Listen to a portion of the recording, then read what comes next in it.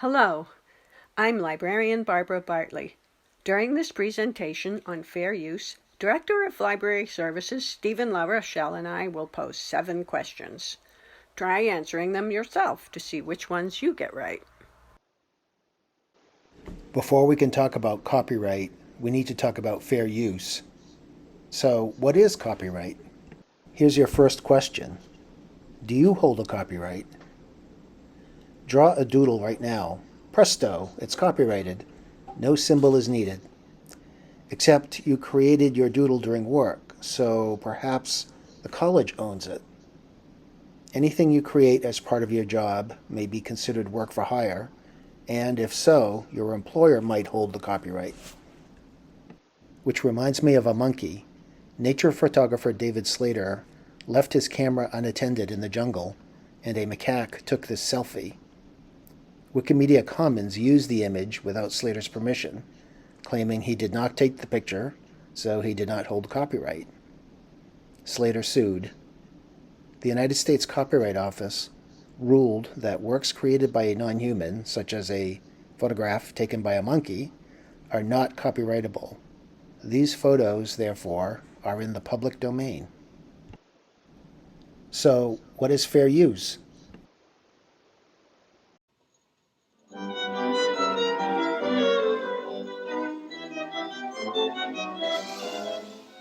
What the heck is Fair use? Sorry, you mind running that by me again? What the heck is fair use?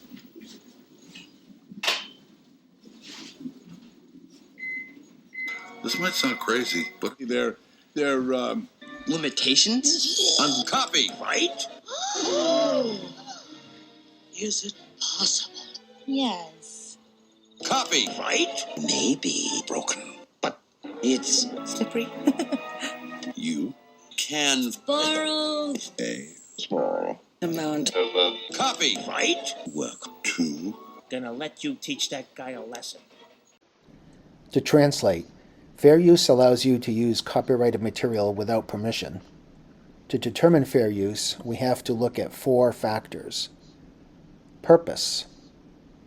Today we'll only look at nonprofit educational use, so we're good on number 1. That leaves nature, amount, and effect. Nature refers to whether the work is creative or factual. Creative work has stricter requirements. Amount refers to how much of the work you are using. For example, a whole poem versus quoting one line. And effect refers to the possible financial harm your use might have on the creator. Question: is it fair use to post a digital copy of an ebook, which is not freely available on the web, as long as it's within Brightspace and not publicly accessible? Not all educational uses are fair use. For example, you can't post an entire textbook so that students don't have to buy it. Here, the amount factor comes into play. The whole book is being shared rather than just an excerpt. And the effect factor also goes against fair use, as the creator is losing out on sales of their work. And there's no established fair use justification for using copies of required texts that happen to arrive late at the college bookstore. There is no urgency exception. Also, the creative nature of certain works, fiction, poetry, etc., is a significant factor in fair use, which may render them less qualified for copyright exemptions. Let's say an instructor requires the class to read a short story called The Night Driver by Italo Calvino. Question: if a short story, novel, or other literary work is readily available for free on the web, does that automatically mean it's okay, that is legal, for educational use? No. Just because a literary work can be accessed on the web does not mean it should be. 2 strikes against fair use in this case are the creative nature of the work and the fact that its existing copyright has not expired.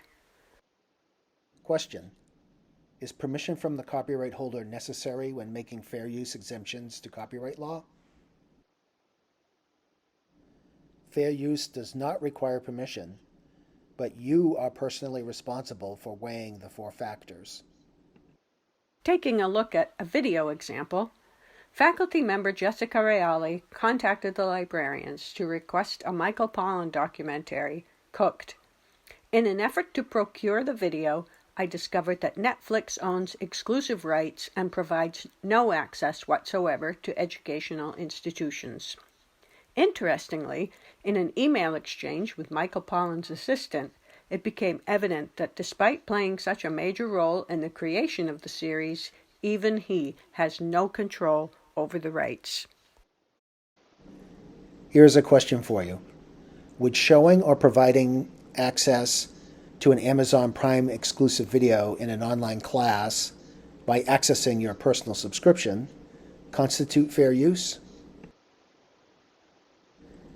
Your subscription to Amazon Prime or similar streaming service is a contract. When you subscribed, you agreed to not show videos in your classroom or to stream them online. A contract or license trumps fair use.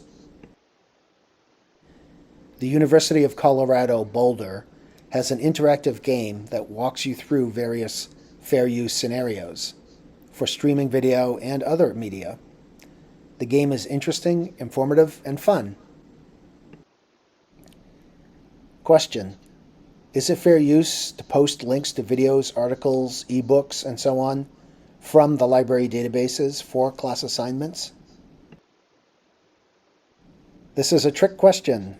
You can post links to library database content, but those links don't constitute fair use because we already license all of our resources.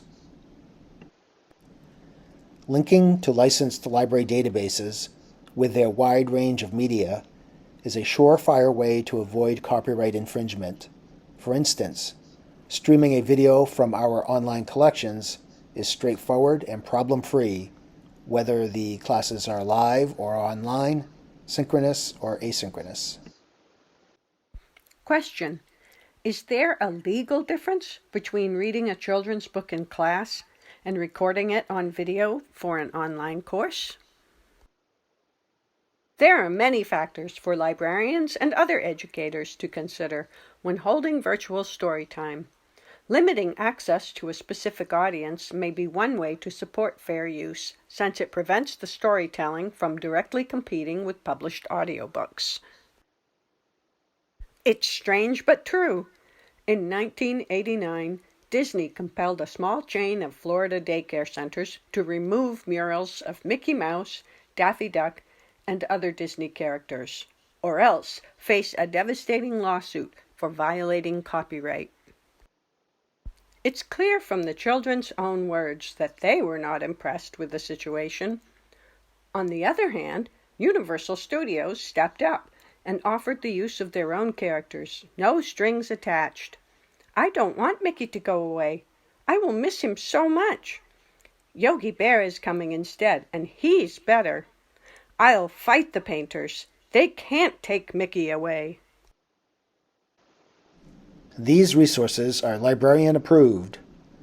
Library resources, especially video, ebooks, and articles from databases like EBSCO, open educational resources, Creative Commons resources, ebooks and audiobooks in Overdrive, and images and media from Wikimedia Commons, and anything from the public domain generally, which is most things created in 1925 or before.